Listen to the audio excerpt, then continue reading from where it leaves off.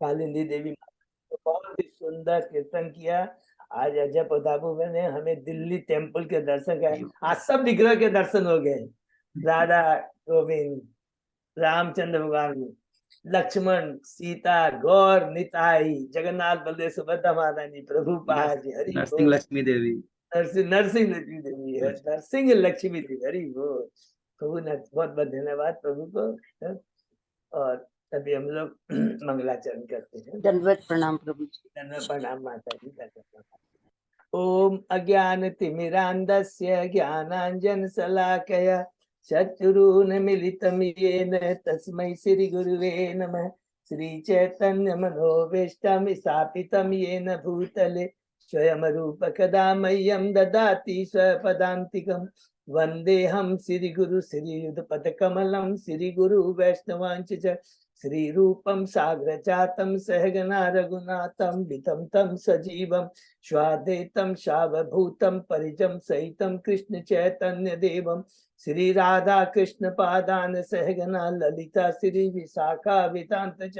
नम ओम विष्णुपादाय कृष्ण प्रेष्ठाय भूतले श्रीमते भक्ति वेदांत स्वामिन इति नामिने। नमस्ते सारस्वती देवे गौरवाणी प्रचारिणे निर्विशेषा शून्यवादी पाश्चात्य देश तारिणी। वाञ्छा कल्पतरुभ्यश्च कृपा सिन्धुभ्येव च पतितानां पावनेभ्यो वैष्णवेभ्यो नमो नमः। नमो महावदान्याय कृष्ण प्रेम पदायते कृष्णाय कृष्ण चैतन्य नामने गौरतिसे नमः। हे कृष्ण करुणा सिंधु दीन बंधु जगतपते गोपेश गोपिका कांत राधा कांत नमस्ते। तप्त कांचन गौरांगी राधे वृंदावनेश्वरी विश्वानुसुते देवी प्रणमामि हरिप्रिये। नीलांचल निवासाय नित्याय परमात्मने बलभद्र सुभद्रायां जगन्नाथाय ते नमः। जय श्री कृष्ण चैतन्य प्रभु नित्यानंद श्री अद्वैत गदाधर श्रीवासादि गौर भक्तवृंद। मुखं करोति वाचालं पंगुलंघे यत्कृपातमहं वन्दे श्री गुरुं दीनतारिणं परमानंद माधवम श्री चैतन्येश्वरम। हरे कृष्ण कृष्ण कृष्ण हरे हरे हरे राम राम राम हरे। श्री श्री मंगलाचरण की जय, शिला प्रभुपाद की जय। हरे कृष्णा। आज के इस भागवतम चर्चा में सभी भक्तों का हार्दिक स्वागत है। सभी भक्तों के चरणों में मेरा सादर दंडवत प्रणाम है। हम बहुत ही भाग्यशाली हैं। गुरु परम वैष्णव परम भागवत राधा गोविंद राधा माधव की इतनी असीम कृपा हम लोगों के ऊपर। हम सब भक्त लोग मिल करके आपस में मिल करके भगवत चर्चा कर पा रहे हैं।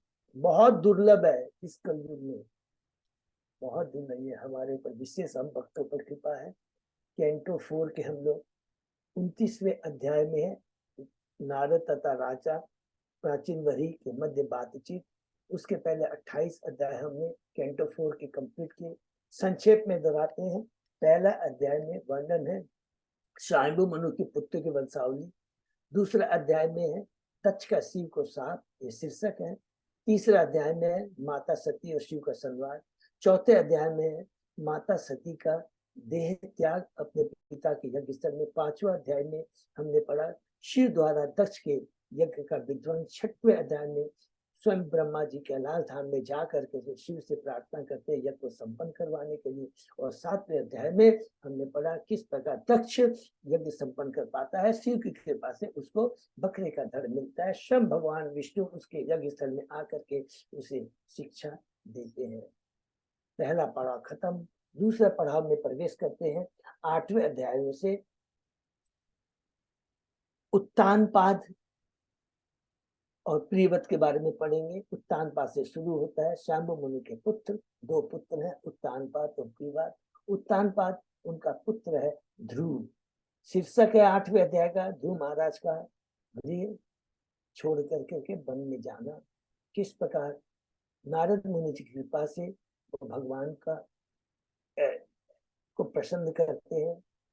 मधुबन वन में यमुना नदी के तट में 6 महीने तक तपस्या कर करके 90वें अध्याय में हम प्रवेश करते हैं। शीर्षक है ध्रुव महाराज का अपने राजमहल में वापस जाना। कि किस प्रकार ध्रुव महाराज भगवान तो आशीर्वाद प्राप्त कर कर करके अपने महल को वापस चले जाते हैं। कुछ समय के बाद में तानपाद जब देखते हैं उनका पुत्र ध्रुव राजसिंहासन पर बैठने के योग्य हो गया है, वो स्वयं राजमहल को छोड़ के चले जाते हैं। 10वें अध्याय में प्रवेश करते हैं। शीर्षक है ध्रुव महाराज का यक्षों के संग युद्ध।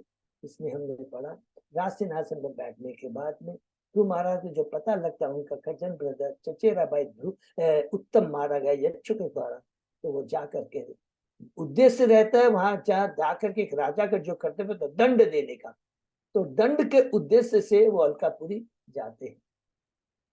लेकिन माया का प्रभाव इतना प्रबल है, रजोगुण के प्रभाव में आते हैं और वो बिना देखे सुने समझे यक्षों को मारना शुरू कर देते हैं।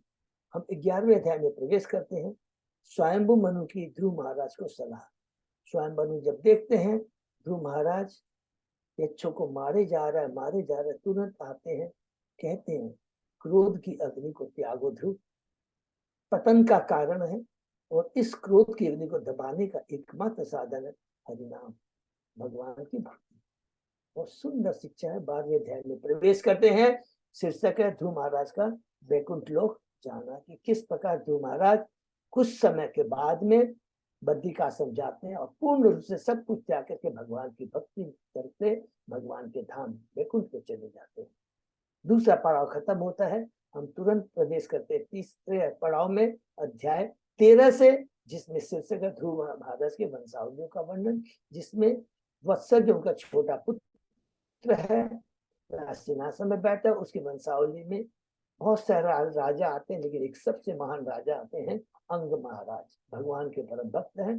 दुर्भाग्यवश उनका जो पुत्र है बैन है वो बड़ा ही नास्तिक होता है और उस दुख के कारण वो राजमहल को छोड़ के चले जाते हैं। हम 14वें अध्याय में प्रवेश करते हैं। राजा बैन की कथा, किस प्रकार राजा बैन को ऋषि राज सिंहासन पर बैठाते हैं, लेकिन उसके कुकर्मों को, नास्तिकता को, अधार्मिकता को देख कर करके उसे अपने हुंकार से मार देते हैं और अंत में उसके शव के जांघों का मंथन कर करके एक निषाद जाति उत्पन्न होता है। निषाद व्यक्ति जो सारे पाप जो हैं वो उसके अंदर में, जो बैन के अंदर, उसको ले लेता है। 15वें अध्याय में प्रवेश करते हैं। शीर्षक है पृथु महाराज का प्रकट, उत्पत्ति और उनका अभिषेक, कि किस प्रकार जब ऋषि उसी बैन के शव का बाहों का मंथन करता है तो एक कपल उत्पन्न होता है, पृथु महाराज और अर्ची, और किस प्रकार उनका अभिषेक और ग्लोरिफिकेशन होता है। 16वें अध्याय में प्रवेश करते हैं। बंदी जनों द्वारा पृथु महाराज की प्रशंसा, जिसमें पृथु महाराज को बताते हैं बंदी जन की आपका ये जो ग्लोरिफिकेशन है शास्त्रों के अनुसार है और ग्लोरिफिकेशन केवल भगवान और भगवान के भक्तों का होना चाहिए। ब्रह्मा जी ने इसकी पुष्टि की है और शास्त्र भी बात कहती है। आप पृथ्वी का दोहन करेंगे, पृथ्वी को समतल करेंगे और पृथ्वी को आप 100 अश्वमेघ यज्ञ करेंगे, चतुष कुमारों में सनत कुमार से उपदेश प्राप्त करेंगे, पृथ्वी को, प्रजा को 3 तापों से मुक्त कर देंगे। 17वें अध्याय में प्रवेश करते हैं। पृथु महाराज का पृथ्वी पर क्रोधित होना और किस प्रकार शिक्षा देते हैं पृथ्वी के माध्यम से कि सर्व कारण कारण कृष्ण है, हम बद्धजीव के हाथ में कुछ भी नहीं, हम तो केवल निमित्त मात्र है। पृथ्वी तुम सोचती हो कि मेरी चलते प्रजा को अन्न मिलेंगे, फल ये तुम्हारा ब्रह्म है, ये माया का प्रभाव है, मैं अपनी योग शक्ति से प्रजा का तो पालन करूंगा। 18वें अध्याय में शीर्षक है पृथु महाराज का पृथ्वी का दोहन करना, किस प्रकार पृथ्वी को दोहन करते हैं, समतल करते हैं और नगर ग्रामों की सुंदर व्यवस्था करते हैं। 19वें अध्याय में है पृथु महाराज का 100 अश्वमेघ यज्ञ, जिसमें एक बहुत दिव्य शिक्षा है हम प्रीचर लोग के, स्पेशली भक्तों के लिए, कि भक्ति में भी रह करके के ऐसा नहीं है कि माया से हम लोग मुक्त हो गए, नहीं, माया इतनी प्रभावशाली है, उससे हमको मुक्त होने के लिए कंटिन्यू सदैव भगवान की भक्ति करना, भक्तों के संग में रह करके। कहते हैं फिर ब्रह्मा जी आकर करके इंद्र को और पृथु महाराज को, ये सब दोनों आप लोग क्या कर रहे हो, ये अच्छा नहीं है। अपनी इंद्रिय तृप्ति के लिए आप ऐसा कार्य करो जिससे आने वाली प्रजा पीड़ा को एक गलत संदेश देता है। देखो कैसे इंद्र अधर्म पे अधर्म किए जा रहा है, सन्यासी का भेष करके ठग रहा है, रोको इसको। बहुत सुंदर है। 20वें अध्याय में प्रवेश करते हैं। पृथु महाराज के यज्ञ स्थल में भगवान विष्णु का प्राकट्य, उसमें हमने पढ़ा कि किस प्रकार भगवान पृथु को कहते हैं कि हमें तुम जैसे भक्तों से आशा नहीं की जा सकती कि वो माया के द्वारा 3 गुणों के द्वारा प्रभावित हो। पृथु महाराज क्षमा मांगते हैं, भगवान प्रसन्न होते हैं। और प्रश्न, तुरंत हमें पश्चाताप करना चाहिए, कभी भी आर्गू नहीं करना चाहिए। ये 2-3 चीजें बहुत इंपॉर्टेंट है। गलती हो जाए, माया का प्रभाव है, भगवान भी जानते हैं, शिक्षा करवा देते हैं, लेकिन पश्चाताप करना चाहिए। पश्चाताप की अग्नि में हमारा जो ईगो होता है ना, वो खत्म होता है।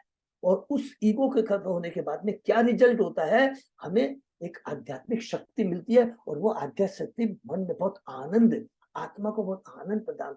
आध्यात्मिक शक्ति बहुत इंपॉर्टेंट है। तुरंत पश्चाताप करना चाहिए। और कहते हैं भगवान प्रसन्न हो तो कहते हैं पृथु वर मांगो। और देखिए कितना सुंदर वर मांगते हैं कि मुझे 10 लाख कान दीजिए आपके, जिससे आपके शुद्ध भक्तों के मुखार बिंद से मैं आपके नाम गुणगान का श्रवण कर सकूं। और आप तो पिता है, पिता को मालूम है कि पुत्र को क्या देना है। हरि वो 21वें अध्याय में प्रवेश करते हैं। पृथु महाराज का अपने नागरिकों को उपदेश।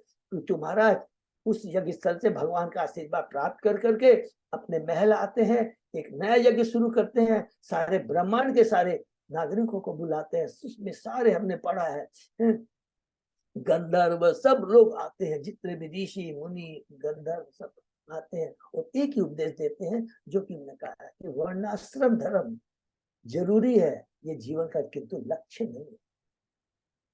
उस वर्णाश्रम धर्म की पीठ पर चढ़ कर करके हमें लक्ष्य को प्राप्त करना है। उसको रखते हुए बेस बना के भक्तों क्या है, भगवान की भक्ति करना। ये सबसे इंपॉर्टेंट है, जो अभी भी हम लोग पढ़ रहे हैं। और यही चीज अभी नारद मुनि बता रहे हैं प्राचीन वधि को, कि जब भक्ति में हम आगे जाते हैं, फिर हमको ये वैदिक अनुष्ठान, ये वर्णाश्रम की दरकार नहीं है। क्योंकि उसके अंदर में चाहे ब्राह्मण हो, क्षत्रिय हो, वैश्य, शूद्र हो, कोई वैल्यू नहीं है। वैल्यू है कि कौन वैष्णव है, कौन भगवान की भक्ति से जुड़ा हुआ है, चाहे वो शूद्र भी हो सकता है। और दिव्य शिक्षा है। 22वें अध्याय, तुरंत वहां पर चतुष कुमार पहुंच जाते हैं। हम 22वें अध्याय में प्रवेश करते हैं।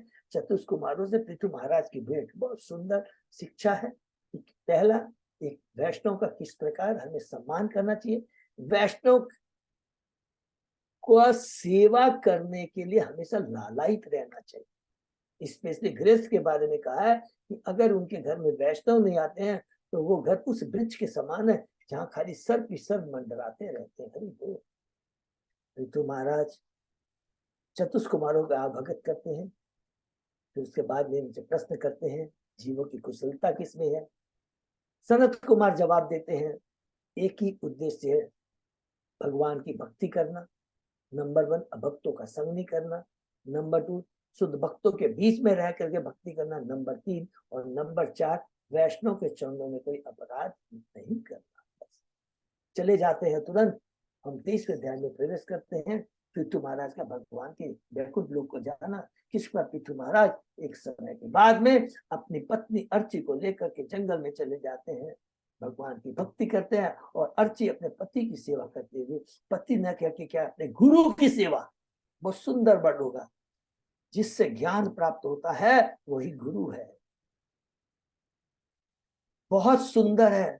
ऋषभ देव कहते हैं कैंटो 11 में अपने बच्चों को जब संदेश देते हैं कि वो माता पिता माँ पिता कहलाने के लायक नहीं है, वो गुरु गुरु कहलाने के लायक नहीं है। कोई भी अगर वो अपने आश्रित को ये न बता दे कि जीवन का लक्ष्य क्या है। बहुत पावरफुल श्लोक है। ठीक है, भौतिक दृष्टि से हमें जितना जितना दिन का हमें समय मिला, संबंध बना है पति पत्नी पुत्र पत्नी का, वो ठीक है। लेकिन वास्तविक जो कर्तव्य है, एक दूसरे को कृष्ण से जोड़ना, ये परम कर्तव्य है, यही जीवन का लक्ष्य। अर्ची अपने गुरु रूपी पति का सेवा कर करके भी वैकुंठ लोक को चली जाते हैं। इतना पावरफुल ये। और उसमें हमने पढ़ा विदर्भी जो मलध्वज की सेवा करती है, बहुत ही पावरफुल। तीसरा पड़ाव खत्म होता है, हम लोग चौथे पड़ाव में पहुंच जाते हैं। 24वें अध्याय से शीर्षक है भगवान शिव द्वारा की गई स्तुति का गान। पृथु महाराज के सबसे बड़े विजिताश्च राज सिंहासन पे बैठते हैं और उनकी दूसरी पत्नी नौशती से 6 पुत्र होते हैं। प्राचीन वरी सबसे बड़ा होता है। प्राचीन वरी ने समुद्र के पुत्र शतद्रु से ब्याह करते हैं। 10 पुत्र उत्पन्न होते हैं। भगवान के परम भक्त होते हैं, वो प्रचीता कहलाते हैं। और स्वयं पृथु महाराज उनको प्राचीन वरी उनको जंगल भेजते हैं भगवान की भक्ति करने के लिए। और किस प्रकार वो भगवान शिव की कृपा प्राप्त करते हैं और किस प्रकार भगवान शिव कहते हैं हमारी जो कलुषित चेतना है उसके लिए हमें वासुदेव से प्रार्थना करना है। हमारा जो मिथ्या अहंकार है उसके लिए संकर्षण से प्रार्थना करता है। हमारी जो बुद्धि इधर उधर भटकती है, भौतिक बुद्धि इधर उधर भटकती है, असंख्य इच्छाओं को पूरी करने के लिए उसके लिए हमें प्रद्युम्न से प्रार्थना करना है। और हमारी ये मन और इंद्रियां हैं भगवान की सेवा में लगी रहे, इसके लिए हमें अनिरुद्ध से प्रार्थना करना है। उसके बाद भगवान के रूप का दर्शन, और फिर कहते हैं भगवान इस रूप को, इस भगवान को प्राप्त करने के लिए भगवान की भक्ति और भक्ति भक्तों के संग करने। 25वें अध्याय में हम लोग प्रवेश करते हैं। राजा पुरंदर के गुणों का वर्णन इस अध्याय से शुरू होता है। नारद जी द्वारा पुरंजन को बताते हैं, ऐसा प्राचीन वही को बताते हैं, ऐसे बोलेंगे प्राचीन वही को, पुरंजन की एलिगोरिकल स्टोरी। जब नारद देखते हैं कि स्वयं भक्त, एक भक्त प्राचीन वरी कर्म कांड में लग गया है, तुरंत पहुंच जाते हैं अपने भक्त जीवात्मा के कल्याण के लिए। भगवान का भक्त याद रखेंगे, तुरंत पहुंच जाते हैं और उनसे कहते हैं तुम्हारी ये जितनी भौतिक इच्छाएं हैं और ये जो तुम कर्म कांड कर, इसका उद्देश्य क्या है। तुरंत उन्हें पुरंजन की कथा यहाँ से शुरू करते हैं। ये पुरंजन जिसकी असंख्य इच्छाएं हैं भारत रूपी नगरी में पहुंचता है। 9 द्वार है, बुद्धि रूपी पत्नी से आकृष्ट होता है और दोनों बुद्धि रूपी पत्नी कहती है कि मैं तुम्हारी सारी इच्छाएं पूर्ति करूं। 26वें अध्याय में प्रवेश करते हैं। राजा पुरंजन का आखेट के लिए जाना और रानी का कुल होना, कि किस प्रकार पुरंजन तुरंत अपनी पतिव्रता पत्नी को छोड़कर चला जाता है जंगल में आखेट के लिए, शिकार के लिए, अपनी तुष्टि के लिए असंख्य पशुओं का वध करता है, थक जाता है, वापस आता है और पुनः अपनी पत्नी से क्षमा मांगता है और फिर उसके संग भोग विलास में लग जाता है। 27वें अध्याय में प्रवेश करते हैं। राजा पुरंजन की नगरी पर चंड मेघ का धावा और काल कन्या का चरित्र बहुत ही सुंदर हमने पढ़ा कि किस प्रकार पुरंजन भोग विलास में व्यस्त रहता है, भूल जाता है कि मनुष्य योनि दुर्लभ है, एक एक क्षण बहुत बहुमूल्य है और कैसे काल उसकी एक एक पल उसकी आयु को हर रहा है। चंडमेघ रूपी काल और उसके सिपाही 360 गंधर्व दिन और गंधर्वी 300 रात, और धीरे धीरे कैसे काल कन्या रूपी बुढ़ापा उसके पास आ जाती है और उसके बाद यमन राज, भय और प्रज्वर, मृत्यु। बहुत सुंदर वर्णन हुआ है। 28वें अध्याय में प्रवेश करते हैं। अगले जन्म में पुनर्जन्म को स्त्री योनि की प्राप्ति।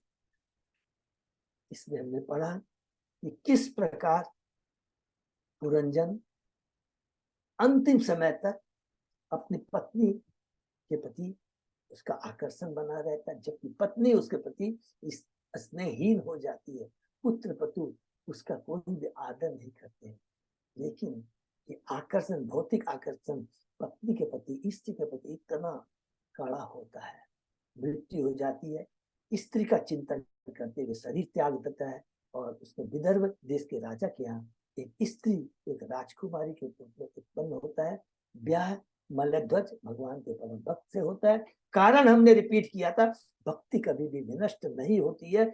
इतना बड़ा भगवान का एश्योरेंस है, इसको अगर हम पूरा माथे में कर लें तो माया कितना भी हमें झटका देती रहे, भक्ति करते रहना, कम बेसी हो जाए कोई बात नहीं है। कम हो जाए तो भगवान के सामने, गुरु के सामने जाके रोना है, क्षमा मांगना है, भगवान मदद करते हैं। तुरंत देखिए उसको सौभाग्य मिला एक परम भक्त का पति होने का। कुलांचल चले जाते हैं दोनों। कुछ समय के बाद में अपने पति की सेवा करती है, पति शरीर त्याग देता है, रोती है। इसलिए नहीं रोती है, देखिए याद रखेंगे, वो परम भक्त की सेवा करते करते 3 गुणों से ऊपर हो गई थी। याद रखेंगे, बहुत इंपॉर्टेंट चीज। पूरी भौतिक आसक्ति उसकी खत्म हो गई थी। और अदरवाइज जब परमात्मा उसके पास में आता है और बोलता है कि ये कौन है, तो वो ये नहीं बोली कि ये मेरा पति है, कहती है ये मेरे गुरु है। ये बहुत इंपॉर्टेंट चीज है, शुद्ध चेतना।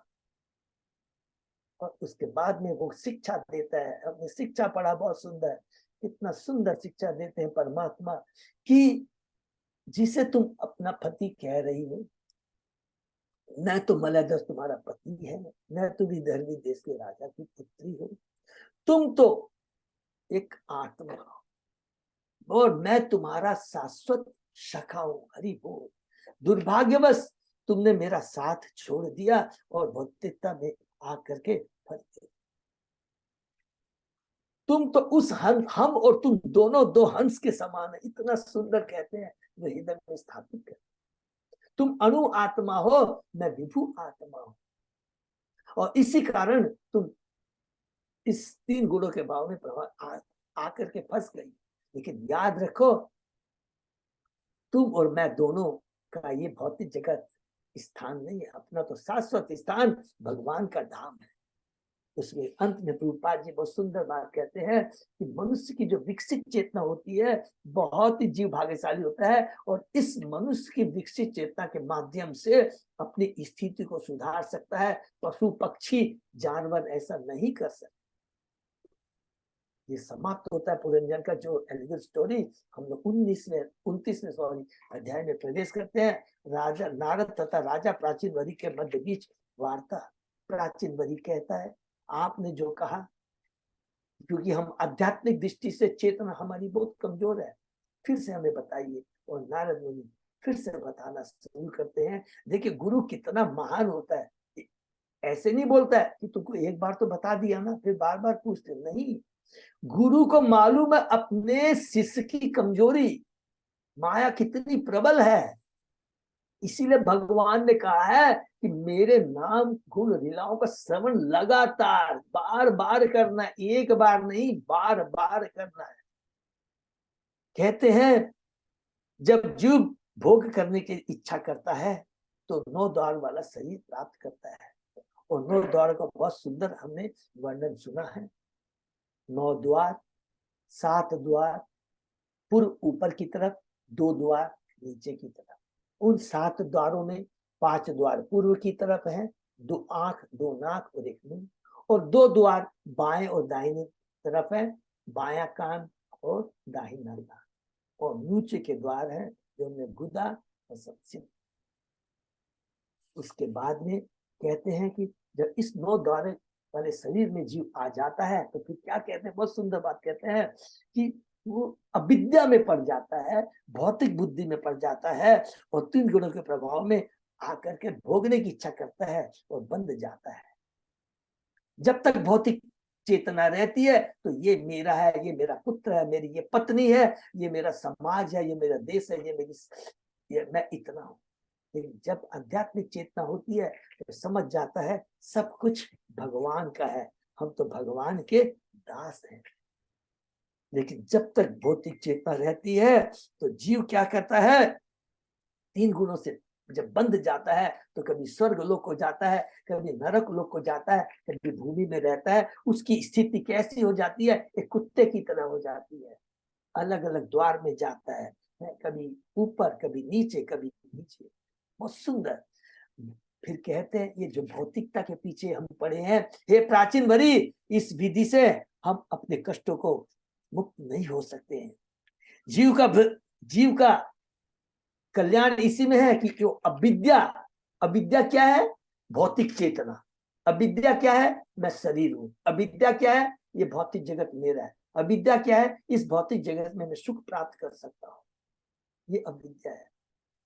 और कहते इस अविद्या से निकलने का एकमात्र उपाय है, एकमात्र औषधि है भगवान के शुद्ध भक्तों के शरण में जाकर करके भगवान की भक्ति करना। हरि बोल। बहुत सुंदर शिक्षा यहाँ पर देते हैं। और फिर कहते हैं भक्ति करने से क्या होता है, जितनी भी हमारी भूख प्यास किसको लगती है, आत्मा को नहीं लगती है, ये याद रखेंगे। ये भूख प्यास किसका भोजन है, शरीर का भोजन है। और जब भगवान की भक्ति में लग जाता है, भूख प्यास से मुक्त हो जाता है। इतना ही नहीं, और भूख, इस भौतिक जगत के प्रति जो तीन जो हमारे डर है, जो अवगुण, क्या है, शोक मोह भय से मुक्त हो जाता है। नारद जी कहते हैं भगवान बहुत महान है। भगवान इतने महान है कि कितना, देखिए एक भक्त जब बोलता है ना, यहाँ कब लोग ने जो नारद मुनि जी का जो कमेंट सुना कि नटराज जी भरी को क्या बोलते हैं कि मैं ब्रह्मा जी का पुत्र हूं। ब्रह्मा जी से जितने बड़े बड़े ऋषि सब लोग आ रहे हैं, वशिष्ठ, अत्रि, व्यासदेव, सब अत्रि मुनि, अलग अलग प्रजापति ऋषि आए हैं। वो नंबर 1। नंबर 2 क्या है, सब हम लोगों ने तपस्या की है। नंबर 2, तीसरा कहते हैं हमने भगवान की भक्ति की है। लेकिन उसके बावजूद भी हम भगवान को अच्छी तरह आज तक नहीं समझ पाए। लेकिन भगवान जो भक्ति करता है, जिसके भगवान के प्रति श्रद्धा होती है, स्वतः ही भगवान अपने को प्रकाशित करते हैं। और कल हम लोगों ने पढ़ा, नारद जी कहते हैं जो पूर्णतः भक्ति में लगा रहता है तो भगवान स्वतः उस पर कृपा करते हैं।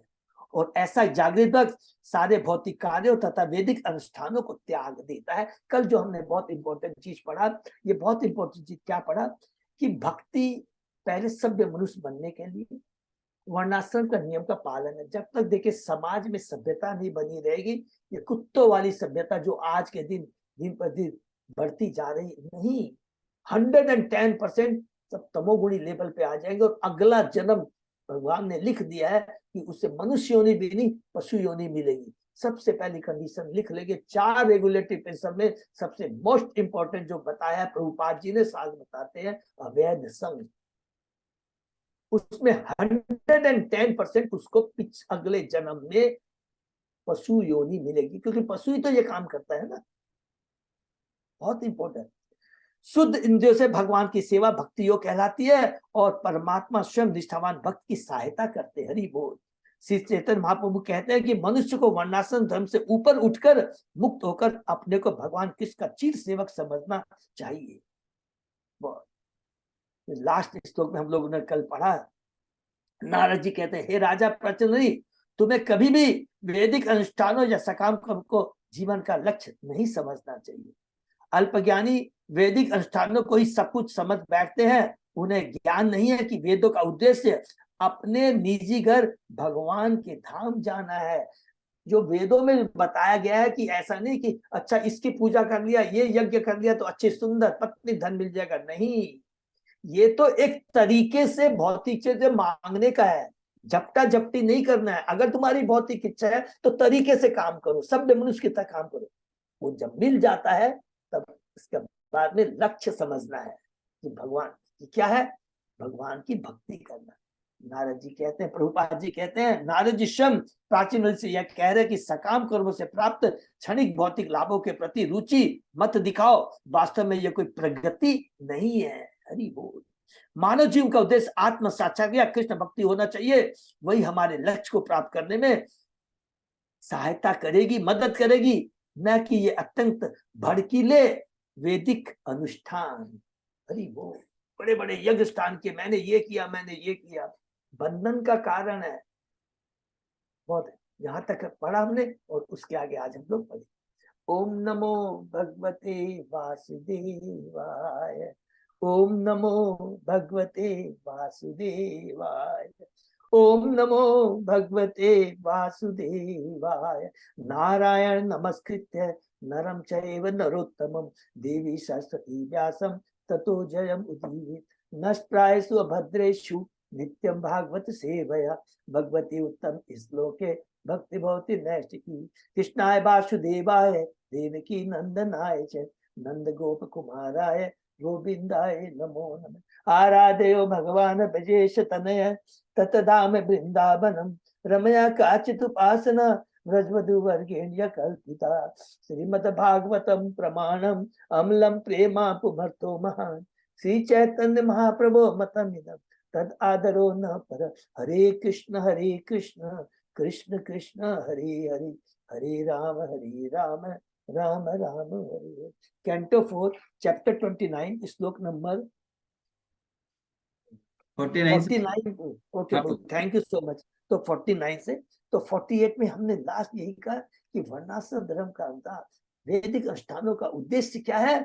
और ये गीता के 30 अध्याय में जब माता जी बता बहुत अच्छे से डिटेल में समझाया गया है, ठीक है। 30 अध्याय का 9वां श्लोक, 21वां श्लोक, 14वां श्लोक सब बहुत ही पावरफुल है। यही बताते हैं कि उद्देश्य क्या है, भगवान को प्रसन्न करना सभी यज्ञों। और अभी हमने पढ़ा कि कलयुग का एकमात्र यज्ञ क्या है, जो कि बिमला माता जी बता रहे थे, हरिनाम संकीर्तन। और कैंटो 12 में स्वयं प्रभुपाद जी कहते हैं कि इस कलयुग में दुख ही दुख है, लेकिन एक बहुत बड़ा वरदान है, केवल एकमात्र हरिनाम का कीर्तन कर करके सारे भौतिक कर्मों से मुक्त होकर हम भगवान के धाम वापस जा सकते हैं। 49 से शुरू करते हैं। आस्तिते दर्बे प्राक अग्रे कातर्सरेण क्षिति मंडलम स्तब्धो बृहत् बदाति मानी कर्मण तत्कर्मण अवेशी यत परम तत्कर्म हरितोषम। हे राजा, सारा संसार कुशों के अग्रभाग से ढका है और इस कारण तुम्हें अभिमान हो गया है कि तुमने यज्ञों में अनेक प्रकार के पशुओं का वध किया।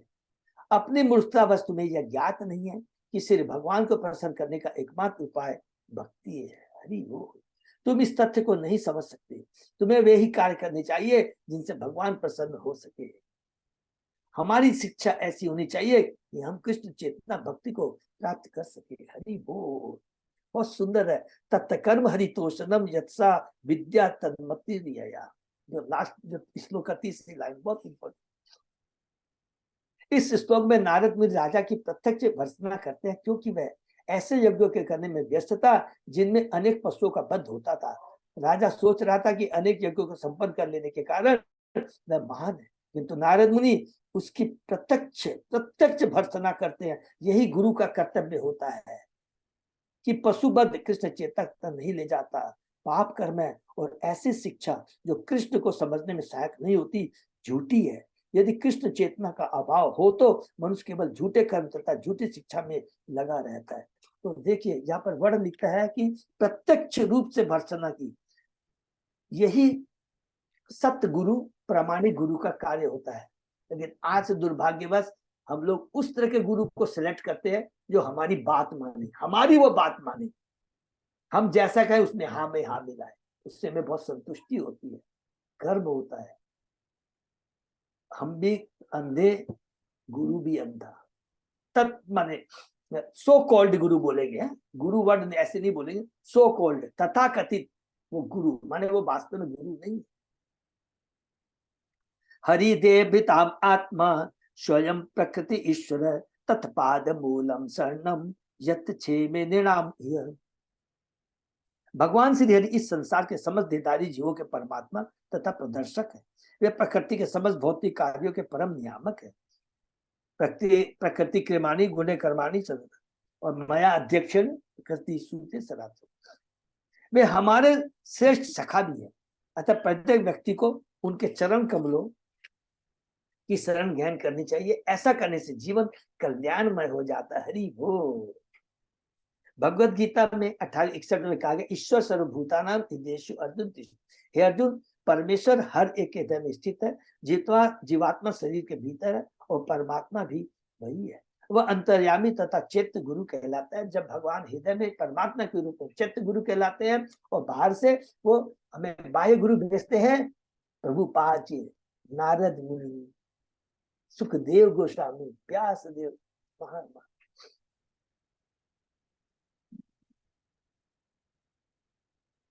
जैसा कि भगवान श्री कृष्ण भगवत गीता में कहते हैं, वे हर एक वस्तु का नियंत्रण करते हैं। सर्वस्य ताम हृदि सन्निविष्टो मत स्मृति ज्ञानम पवनम च। मैं सब प्राणियों के हृदय में बैठा हूँ परमात्मा के रूप में, और मुझसे ही स्मृति ज्ञान तथा विस्मृति उत्पन्न है। ये बहुत इंपॉर्टेंट है, मालूम है लेकिन फिर भी अंडरलाइन कर लेंगे। मुझसे ही स्मृति ज्ञान तथा विस्मृति आती है। इस चीज को अगर याद कर लेंगे तो कोई भी क्लेम नहीं करेगा कि मैं बहुत बड़ा ज्ञानी हूँ, मेरी मेमोरी बहुत तेज है, मैं बहुत अच्छे से एक्सप्लेन कर पा रहा हूँ। एक सेकंड के अंदर भगवान विस्मृति, सब कुछ भूल जाएंगे, अरे मुझको कुछ याद नहीं।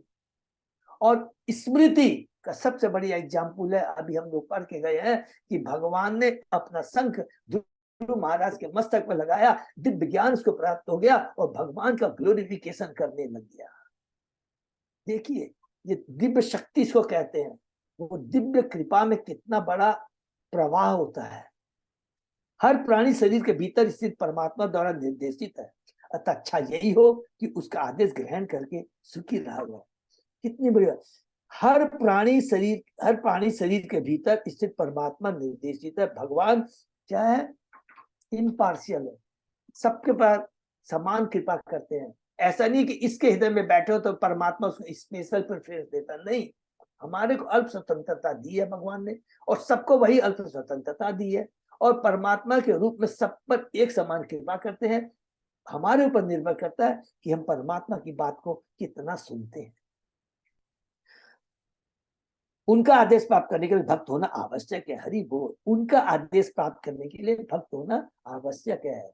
देखिए अभी हमने पढ़ा था ना, प्राचीन वरी भूल गया था, अपने अज्ञात मित्र को भूल गया था, लेकिन जब उसके समझ में आता है, मलय ध्वज के शरण में आकर के चेतना शुद्ध हो जाती है, उसकी भक्ति करके सेवा करके शुद्ध हो जाती है, तो समझ में आ जाता है। तुरंत कहती है कि मेरा तो वास्तविक मेरा पिता है, मेरा वास्तविक वेद में तो मेरा परमात्मा है। और तुरंत भगवान वहां प्रकट होते हैं। जैसे ही वो भगवान की बात सुनता है तुरंत भगवान प्रकट होते हैं। इसलिए कहते हैं आदेश प्राप्त करने भक्त होना आवश्यक है। इसकी पुष्टि भगवद गीता में हुई है। तेषाम सतिक्तानाम भस्ताम प्रीति पूर्वकम ददामि बुद्धि वियोगम तम येन मापु पयांति थे। ये श्लोक बहुत इंपॉर्टेंट, सबको याद है। और ये चतुर्थ श्लोक की गीता का तीसरा श्लोक है। 8, 9, 10, 11 4 श्लोक है चतुर्थ श्लोक के। जो भक्ति परायण है वो प्रेम पूर्वक मेरी पूजा करते हैं, उन्हें मैं बुद्धि देता हूँ जिससे वे मेरे पास आ सकते हैं। कंडीशन खाली क्या है? उनके शरण में जाना होगा। यद्यपि परमात्मा प्रत्येक प्राणी के हृदय में है, ईश्वर सर्वभूतानां हृदय अर्जुन तिष्ठति, किंतु वह केवल उन्हीं शुद्ध भक्तों से बात करता है जो उसकी सेवा में निरंतर लगे रहते हैं, उनके शरणागत होते हैं, उनकी शरण में जाते हैं। चैतन्य भागवत में भी कहा गया है, ताहरे से बोली विद्या मंत्र अध्ययन कृष्ण पाद पद में ये करे स्थिर मन। जिसने कृष्ण के पाद पद्म में अपना मन स्थिर कर दिया है, समझो कि उसने श्रेष्ठ विद्या प्राप्त कर ली है और सारे वेदों का अध्ययन कर लिया। हरि बोल। भगवान में को सरेंडर करने से ही सारा ज्ञान, सारी विद्या, सब कुछ आ जाती है। चैतन्य भागवत के अन्य उदाहरण भी अत्यंत उपयुक्त है। से विद्यार फल जाने निश्चय कृष्ण पाद पद में ज्योति चित्त वृत्ति रहे। शिक्षा का उत्तम फल है कि अपने मन को कृष्ण के चरण कमलों में लगाया जाए। आदि लीला 13वां अध्याय 170। दिग्विजय कोरिबो विद्यार कार्य है, ईश्वर भोजिले से ही विद्या सत्य करे। भौतिक शिक्षा विद्या द्वारा संसार को जीत लेना वांछित नहीं है, अर्थात इसको अविद्या बोलेंगे। यदि मनुष्य अपने को भक्ति में लगाता है तो उसकी शिक्षा सार्थक है, वही विद्या है, वही वास्तविक शिक्षा है। आदि लीला 13वां अध्याय 170। पढ़े कहनो लोग कृष्ण भक्ति जानी बारे से यदि नहिलो तबे विद्या की करे। शिक्षा का उद्देश्य श्री कृष्ण तथा उनकी भक्ति को समझना है। यदि कोई ऐसा नहीं करता तो उसकी शिक्षा झूठी है। यहाँ पर और ब्रैकेट में लिखना, वो अविद्या है।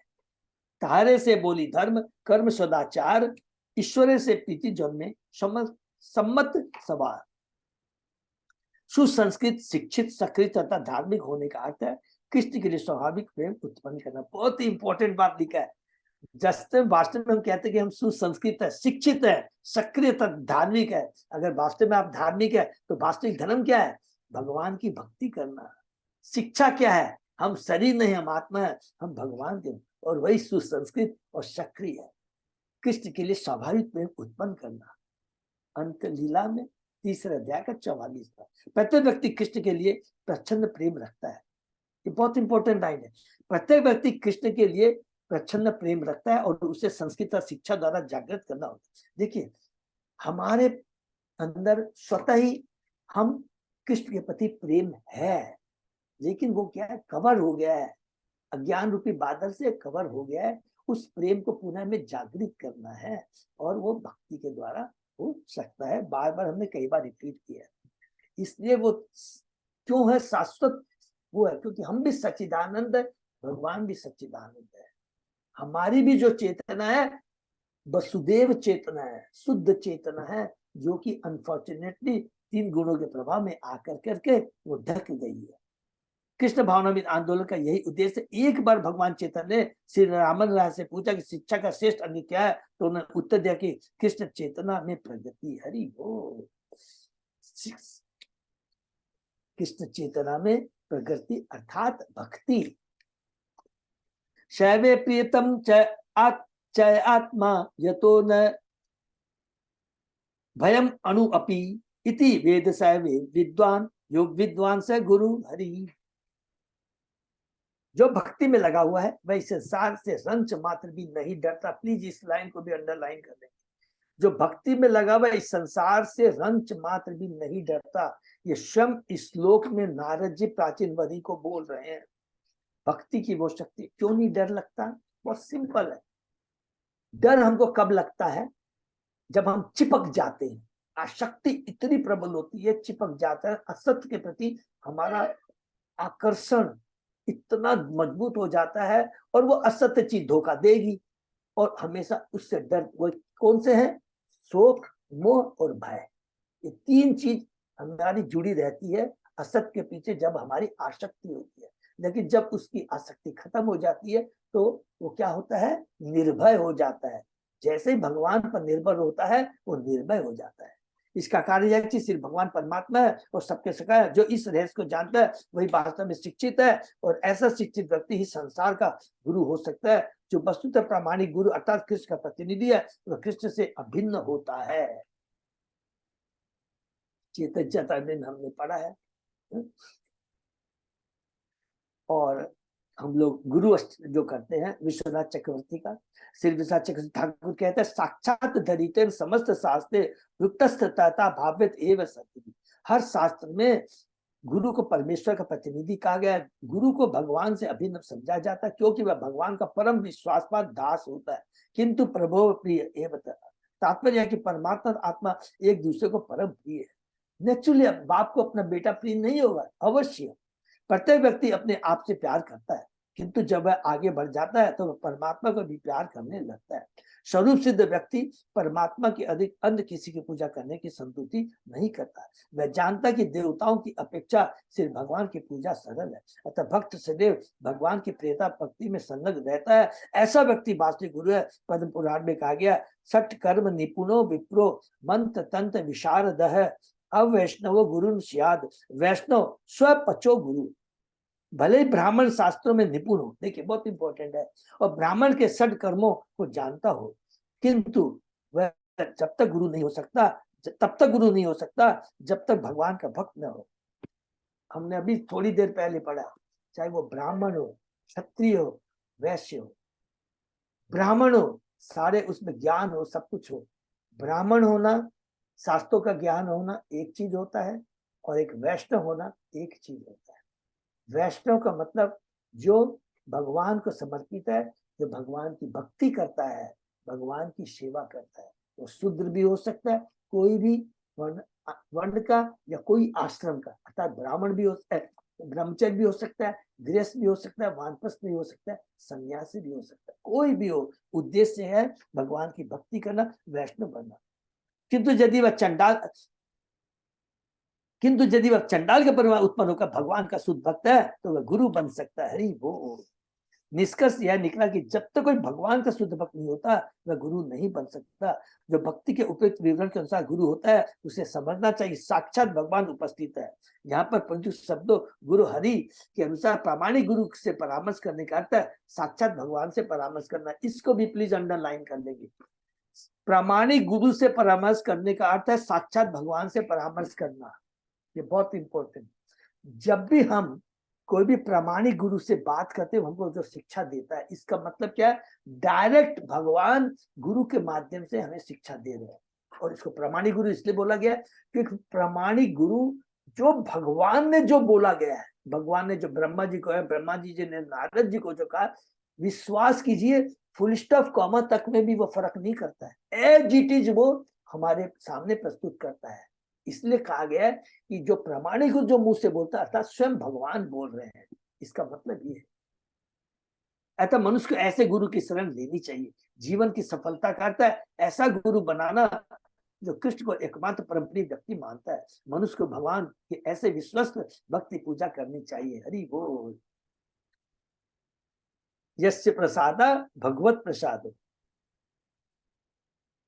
नारद वाच प्रश्न एवं ही सच्छिन्नो भवत पुरुष ऋषभ अत्र मे बदतो गुह्यम निशामय सुनिश्चितम। नारद ऋषि ने कहा, हे महापुरुष, तुमने जो कुछ मुझसे पूछा है मैंने उसका समुचित उत्तर दे दिया। अब अन्य आख्यान सुनो जो साधु पुरुषों द्वारा स्वीकृत है और अत्यंत गुप्त है। यहाँ से और अटेंशन देखिए, सारा चीज उन्होंने पूछा था वो बता दिया और उसके अलावा और कुछ बताता है। ये एक और इम्पोर्टेंट गुरु का क्वालिटी होती है, इसको नोट करेंगे। हम बद्धजीव हैं, इतने ज्ञानी नहीं है, तो गुरु के पास जाते हैं तो दो चीज बोलना चाहिए।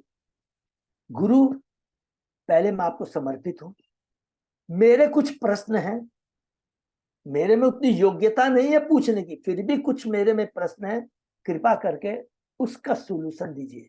और फिर एक ऐड करना चाहिए। और अगर आप समझे कि जो प्रश्न मेरे को करने चाहिए और मैंने आपसे नहीं किए हैं, उसका भी मुझे उसके बारे में भी हमें बताइए। ये दो चीज हमें से ऐड करनी चाहिए।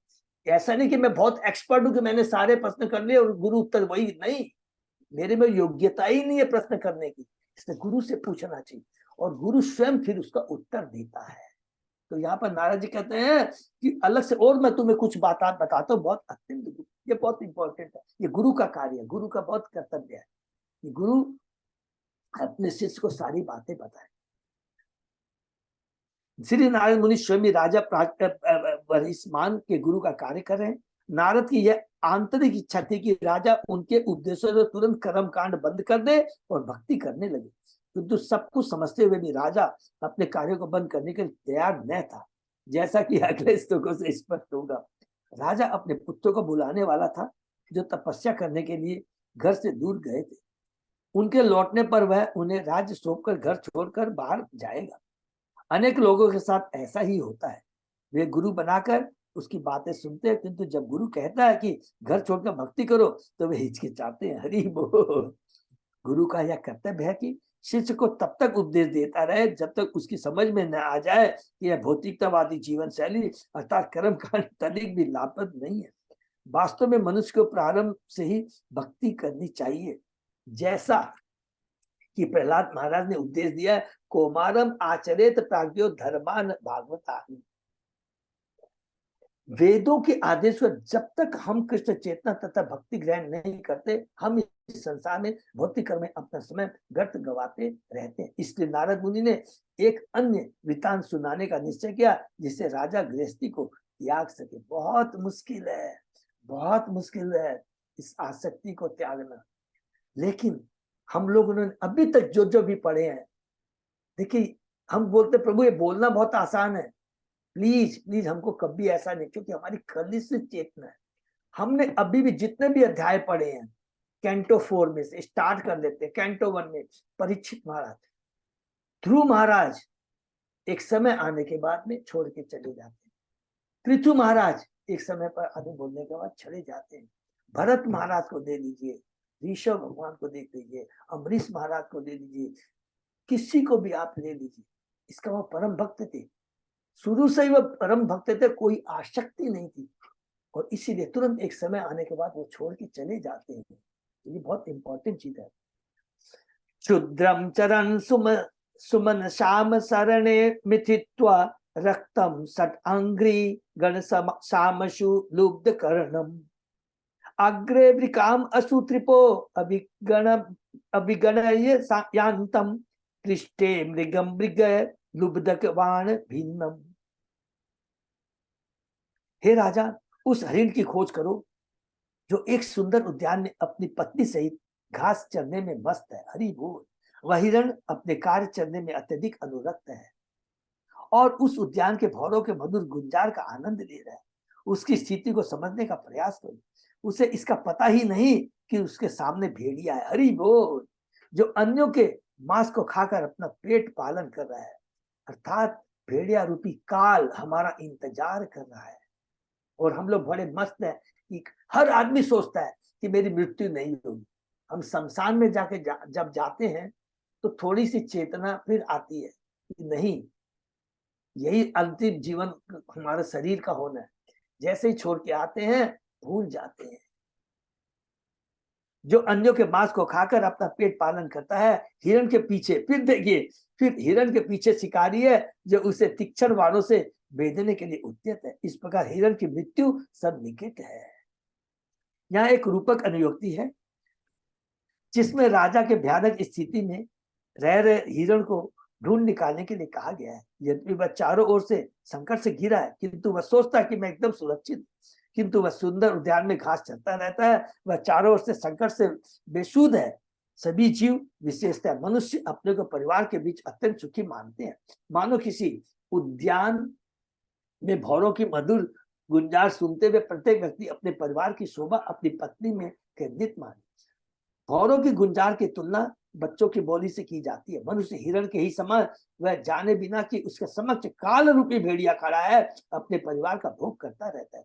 जीव के सकाम कर उसके लिए एक अन्य घातक स्थिति उत्पन्न करते हैं और उसे विभिन्न देह धारण करने के लिए बाध्य करते हैं। हिरण के लिए मरुस्थल में मृग तृष्णा के पीछे दौड़ना कोई असामान्य घटना नहीं है। हिरण भी अत्यंत कामी होता है। निष्कर्ष यह कि जो हिरण की तरह रहता है वह कालांतर में मृत्यु का शिकार होता है। इसलिए वैदिक साहित्य की सलाह दी है कि हम अपनी स्वाभाविक स्थिति को समझे और मृत्यु आने के पहले ही भक्ति करें। भागवत के अनुसार बहुत सुंदर है कैंटो 11 का, लब्ध्वा सुदुर्लभ इदम बहु संभवान्ते मानुष्यम अर्थदम अनित्यम अपीहि तूर्ण यतेत न पतेत मनु मृत्यु यावन निश्रेयसाय विषय खलु सर्वतः स्यात्। अनेक जन्मों के पश्चात हमें यह मनुष्य देह मिली है, अतः मृत्यु आने के पूर्व हमें भगवान की दिव्य भक्ति करनी चाहिए। मानव जीवन की यही पूर्णता है।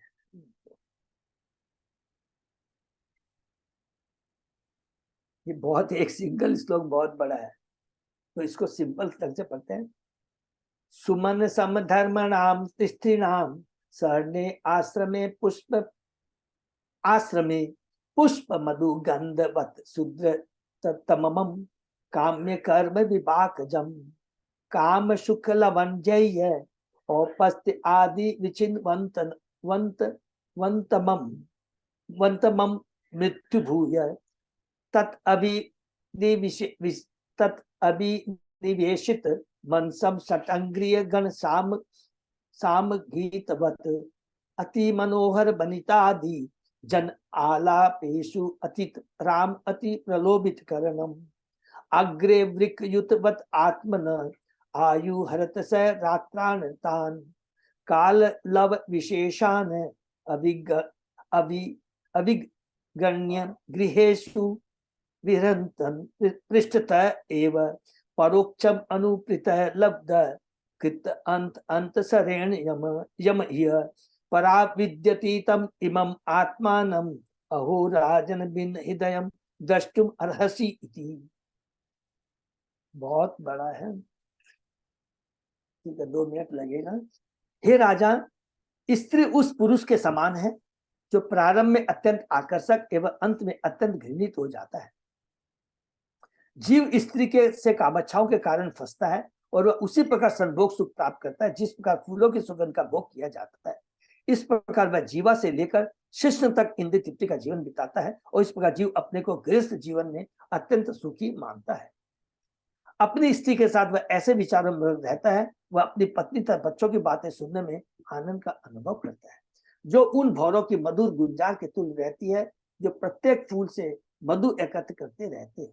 वह भूल जाता है कि उसके समक्ष काल खड़ा है जो दिन रात के बीतने के साथ ही आयु का हरण करता जा रहा है। उसे न तो अपना आयु क्षय दिखता है और न उसे यमराज की ही परवाह रहती है जो पीछे से उसे मारने का प्रयत्न करता रहता है। तुम इसे समझने का प्रयास करो, तुम अत्यंत सोचनीय स्थिति में हो और चारों ओर से संकट में घिरे हो। भौतिक जीवन का अर्थ है भगवान कृष्ण के दास के रूप में अपनी स्वाभाविक स्थिति को भूलना, और यह विस्मरण गृहस्थ आश्रम में विशेष रूप से बढ़ जाता है। गृहस्थ आश्रम में युवक परम सुंदरी स्त्री को पत्नी रूप में स्वीकार करता है, किंतु कालांतर में अनेक बच्चों को जन्म देने तथा वृद्ध होने पर पत्नी परिवार के भरण पोषण के लिए अनेक वस्तुओं की मांग करती है। उस समय तक पत्नी उसी व्यक्ति को जिसने उसकी युवावस्था में स्वीकार किया घृणित लगने लगती है। कोई भी मनुष्य दो कारणों से गृहस्थ आश्रम में स्वीकार करता है।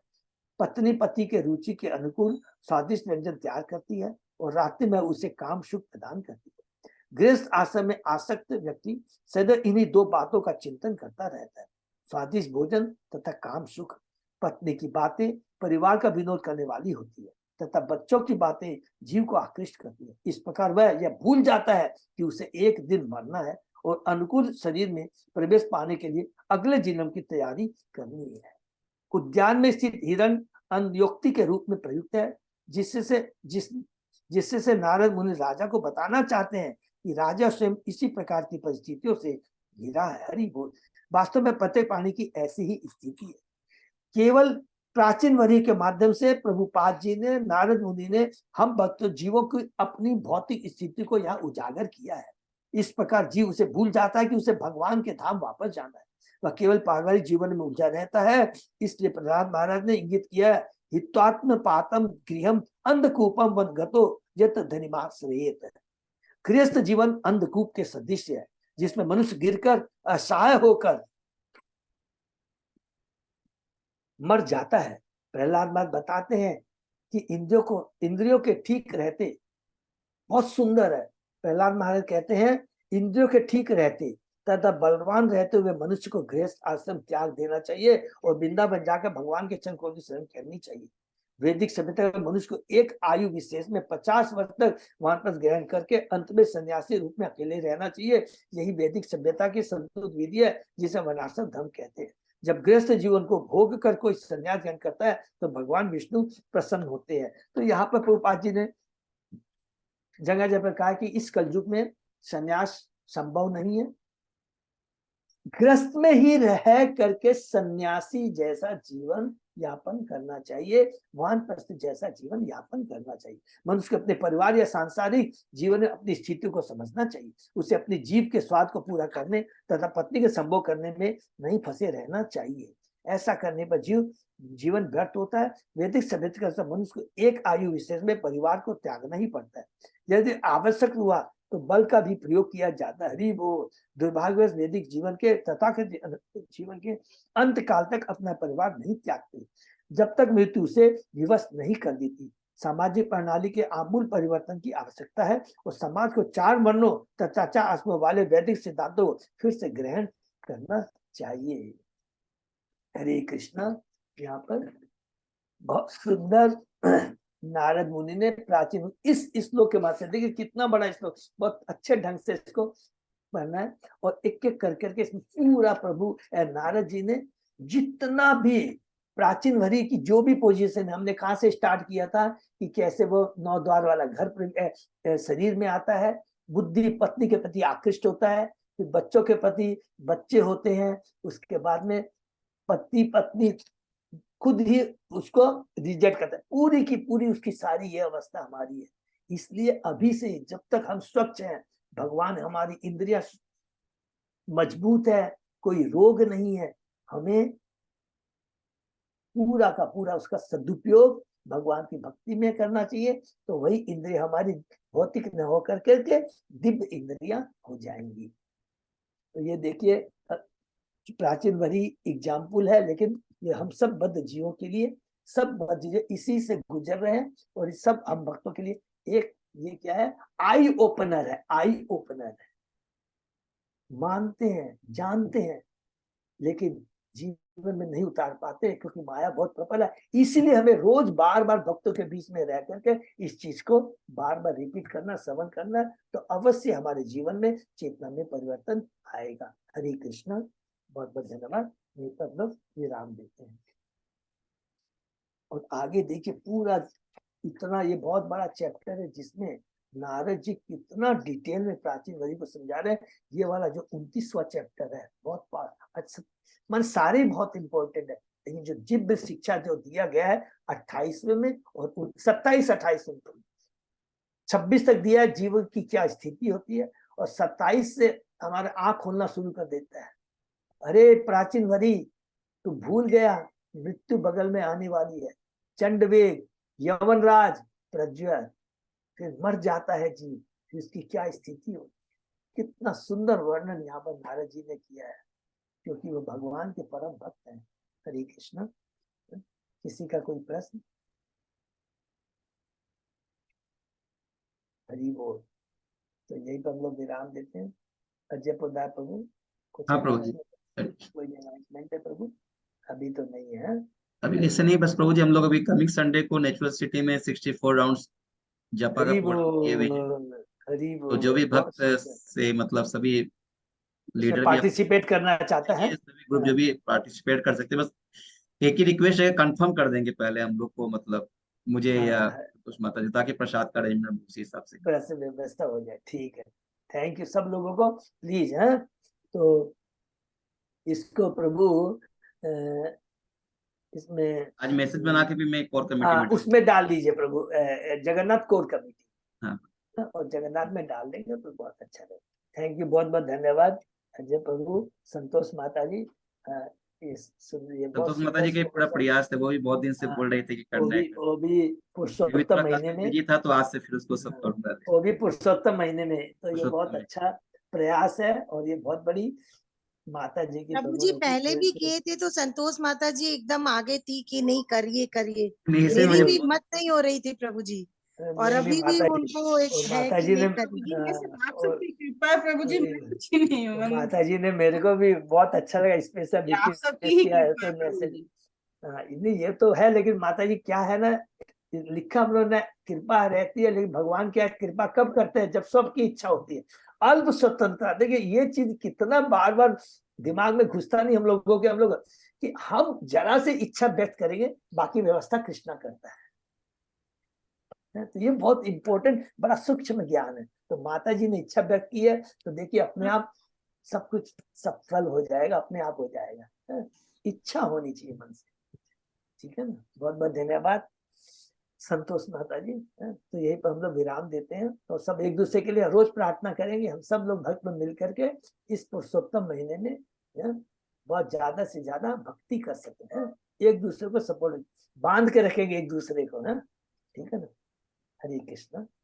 हरे कृष्णा, दंडवत प्रणाम प्रभु जी। धन्यवाद। सभी भक्तों का बहुत बहुत धन्यवाद। आज का सेशन ही विराम देते हैं, कल सुबह 7 बजे।